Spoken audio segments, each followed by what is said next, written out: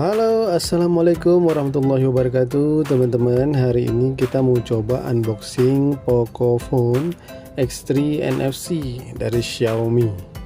Nah, ini barangnya baru aja saya terima, jadi ini kita mau coba unboxing dulu ya. Jadi ini Pocophone X3 NFC. Ini boxnya. Di belakangnya ada speknya ya.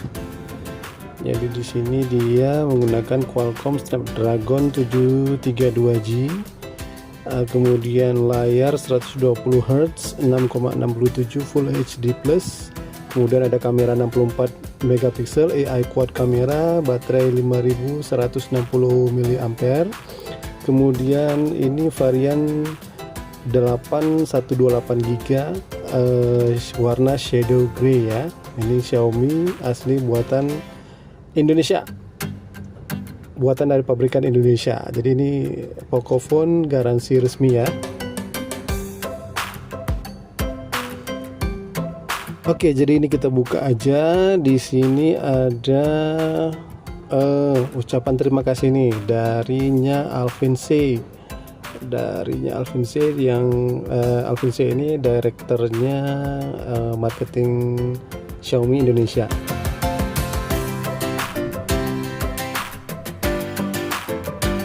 Kemudian kita coba buka lagi, ada apa aja di sini. Seperti biasa ini ya. Ada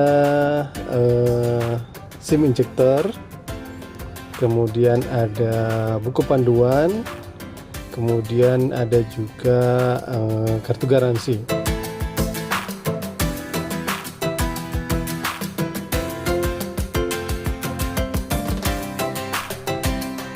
Dan ini juga ada casing silikonnya yang katanya sih casing antibakterial. Dan ini juga fleksibel, casingnya juga sangat fleksibel. Jadi lumayan lah ya. Ini juga casingnya juga ada penutup port chargingnya ya, ada penutupnya. Jadi jarang-jarang sih casing yang ada ininya.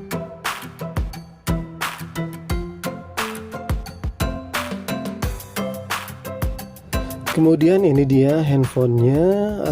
Di sini bisa kita lihat ya dari dari bungkusnya ini. Di sini juga dijelaskan speknya juga. Ada Qualcomm Snapdragon 732, 160 Hz, 6,67 inci Full HD display.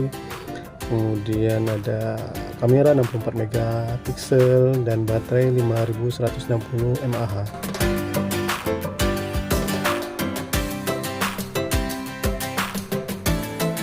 Jadi casingnya ini unik ya. Di sini ada tulisan Poco. Poconya ini tulisannya lumayan besar loh.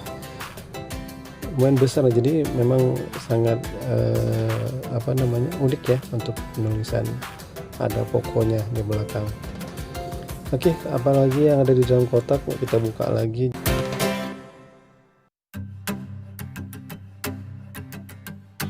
Jadi di sini ada kabel charging.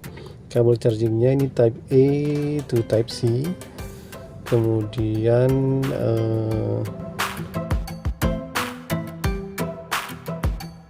ada juga kepala chargernya ini sudah mendukung charging 33 watt. Jadi dia udah di atas chargernya, kecepatan chargernya lebih cepat daripada quick charge biasa. Jadi dia udah lebih cepat karena juga baterainya kan juga besar ya, 5160 mAh.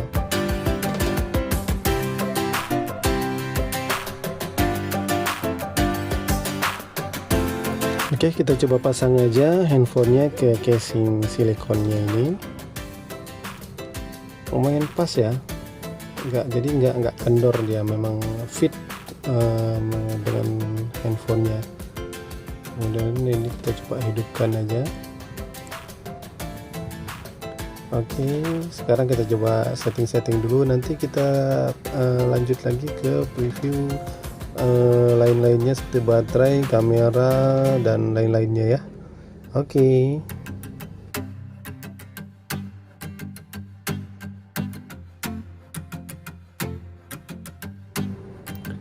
Nah, pertama hal yang paling unik untuk dibahas nih, bagian belakang HP ini terdapat 4 buah kamera, yaitu kamera utama wide 64 megapiksel, terus kamera ultra wide 12 megapiksel, kamera makro 2 megapiksel, dan kamera depth 2 megapiksel untuk bokeh-bokehan. Kemudian bagian depan terdapat kamera selfie dengan resolusi 20 megapiksel. Di tengah layar IPS bagian atas, lumayan jernih nih buat yang suka selfie. Untuk bagian bezel kiri terdapat slot untuk SIM card dan micro SD tambahan. Slotnya ini hybrid ya teman-teman. Untuk bagian atas terdapat mic, speaker atas, dan infrared. Asik, bisa jadi remote nih HP. Bagian bawahnya terdapat jack audio 3,5 mm, port USB Type-C, mic, dan speaker bawah.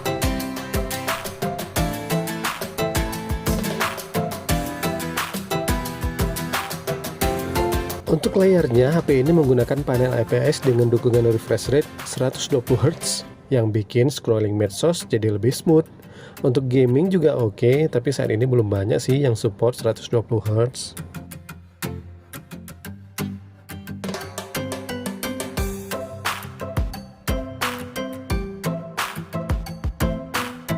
Nah, bagian bezel kanan terdapat tombol volume dan tombol power yang merangkap menjadi fingerprint. Kalau saya lebih suka fingerprint di samping begini daripada di belakang, gampang diakses dan responnya juga cepat.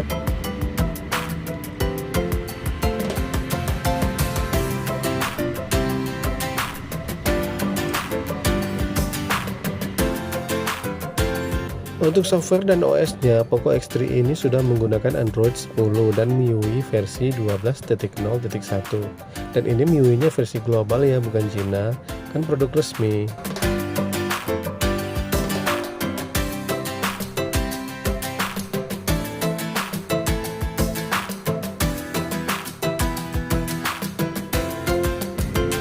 Nah, untuk masalah baterai, Poco X3 ini sudah sangat mumpuni ya. Dengan kapasitas baterai 5160 mAh cukup buat penggunaan saya seharian teman-teman. Dengan sekali charge full itu minimal penggunaan 1 kali 24 jam pasti aman. Oh iya, ada juga LED notifikasi yang tersembunyi di bagian earpiece-nya ya. Oke, kita lihat sekarang di sini kamera dari Pocophone X3. Jadi ada menu apa aja di kamera ini? Mari kita coba periksa satu persatu. Jadi di sini ada foto, potret. Jadi ini foto potret, foto bokeh-bokehannya ini ya, menunya potret. Kemudian kita coba lihat dulu dari sini, dari menu tambahan ini ada short video, ada vlog, ada juga kamera 64 megapiksel, ada juga front and back. Ini front and back ini kamera depan dan kamera belakang menyala dua-duanya ya. Ini contohnya, jadi dua-duanya aktif.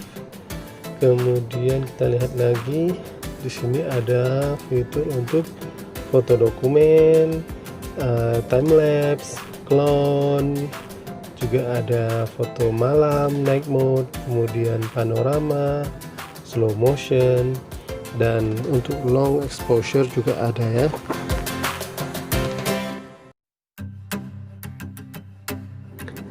Nah, sekarang kita coba pindah ke menu potret.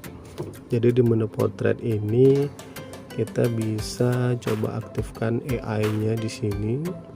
Jadi dengan menggunakan AI ini dia bisa menentukan warna yang direkomendasikan dari aplikasinya. Kemudian juga ada beauty, ada filter. Jadi kita bisa menggunakan filter apa aja yang kita mau di sini. Tinggal kita pilih aja mau yang mana. Ini juga beauty, jadi bisa kita setel. Kemudian untuk foto ini foto standar menggunakan lensa wide. Nah, ini dengan lensa depth ya. Kemudian ini dengan menggunakan lensa ultrawide-nya. Nah, ini untuk video. Video di sini ada menu untuk mengganti kamera. Jadi ada kamera wide dengan kamera ultrawide. Nah, kemudian di sini juga ada beberapa pilihan resolusi, juga bisa 4K. Kemudian ada juga, coba kita lihat di sini ada setting. Nah, untuk setting ya mungkin settingan standar ya kamera. Kemudian kita coba lihat lagi di sini ada untuk kamera makro. Nah, jadi dia bisa menggunakan kamera makro. Jadi kemudian ada juga track moving object. Jadi ini untuk mendeteksi objeknya. Kemudian ada juga grid line, straighten. Dengan straighten ini jadi membuat hasil gambar itu lebih detail. Kemudian juga ada movie frame, jadi dia tampilannya terpotong di bagian tengah, jadi seperti sinematik. Kemudian juga ada menu pro. Di menu pro ini kita bisa atur lensanya yang mau kita gunakan, ada lensa wide, ultra wide, dan makro. Kemudian juga ada exposure, kita bisa atur mau yang seperti apa. Kemudian juga ada settingan ISO. Jadi ISO nya dari 100 sampai 6400.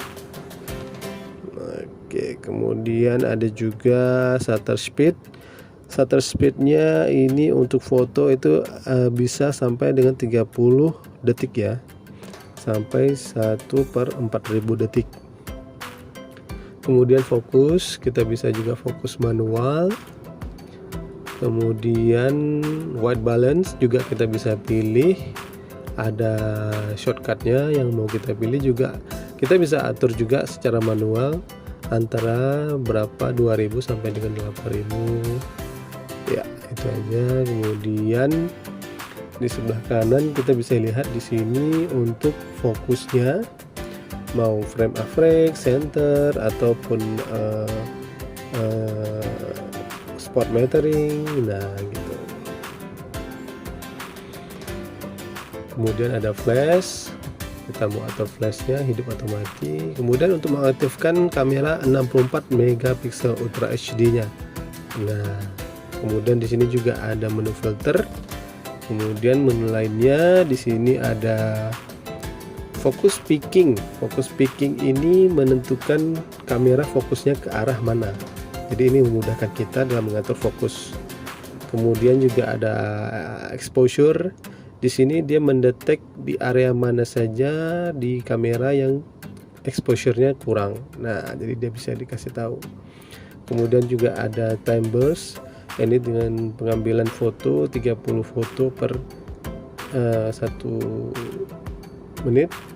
Kemudian di sini juga ada grid line yang memudahkan untuk kita menentukan ininya. Kemudian juga bisa kita straighten juga untuk supaya fotonya lebih detail. Kemudian juga ada pilihan raw mode. Kemudian juga frame-nya kita bisa atur. Ya, itu aja sih untuk menu dari kamera Poco X3. Nah, berikut video tes kestabilan kameranya. Rekaman kamera depan. Coba kita lihat kamera depan apakah stabil. Sebenarnya sih enggak, lebih stabil. Kita lari-lari. Oke.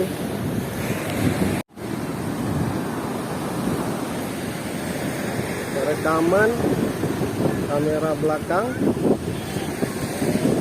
kira akankah stabil jalan. Nah, di sini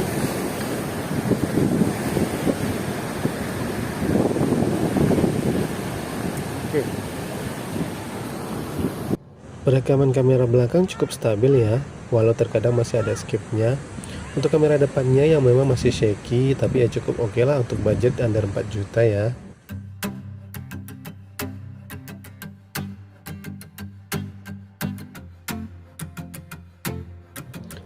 Untuk perekaman di malam hari juga oke, cukup terang walau masih tampak noise-nya sedikit, tapi oke lah.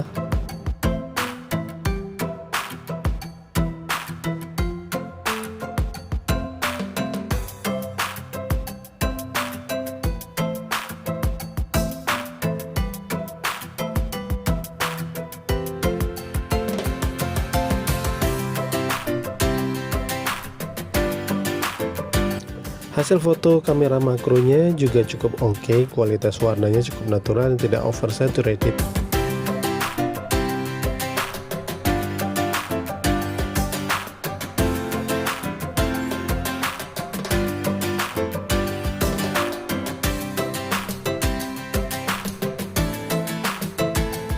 Untuk kualitas foto di low light juga lumayan oke ya, dengan adanya fitur night mode juga lebih mantap.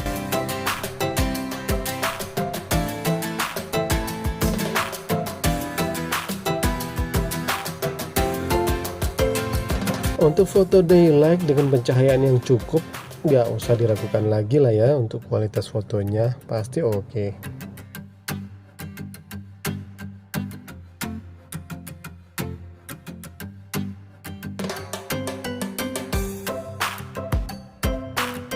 Oke, jadi kesimpulannya untuk Poco X3 NFC kualitas foto dan videonya oke lah ya, walau belum bisa ngalahin HP-HP kelas flagship, namun dengan budget 3 jutaan cukup worth it lah. Untuk elektronik image stabilizernya sudah lumayan bagus, walau dirasa saat tertentu seperti ada skip di perekaman videonya, tapi masih oke. Untuk performa prosesor dan GPU-nya udah nggak perlu ditanyakan lagi lah ya. HP-HP budget 4 jutaan ke bawah dapat lewat semua. Mumpuni banget walau belum bisa mengalahkan HP-HP kelas flagship. Apalagi dengan dukungan panel IPS dan refresh rate 120Hz. Bikin pengalaman bermedsos menjadi lebih smooth tentunya, nggak pada nge-lag lagi. Nah, yang terakhir untuk performa baterainya nih yang cukup puas banget. Dengan 5190 mAh, penggunaan seperti saya itu bisa seharian penuh loh. Puas pokoknya. Ya, itu aja sih kesimpulannya dari pemakaian Poco X3 ini. Semoga video ini bermanfaat buat teman-teman. Oke, sampai ketemu lagi di video selanjutnya.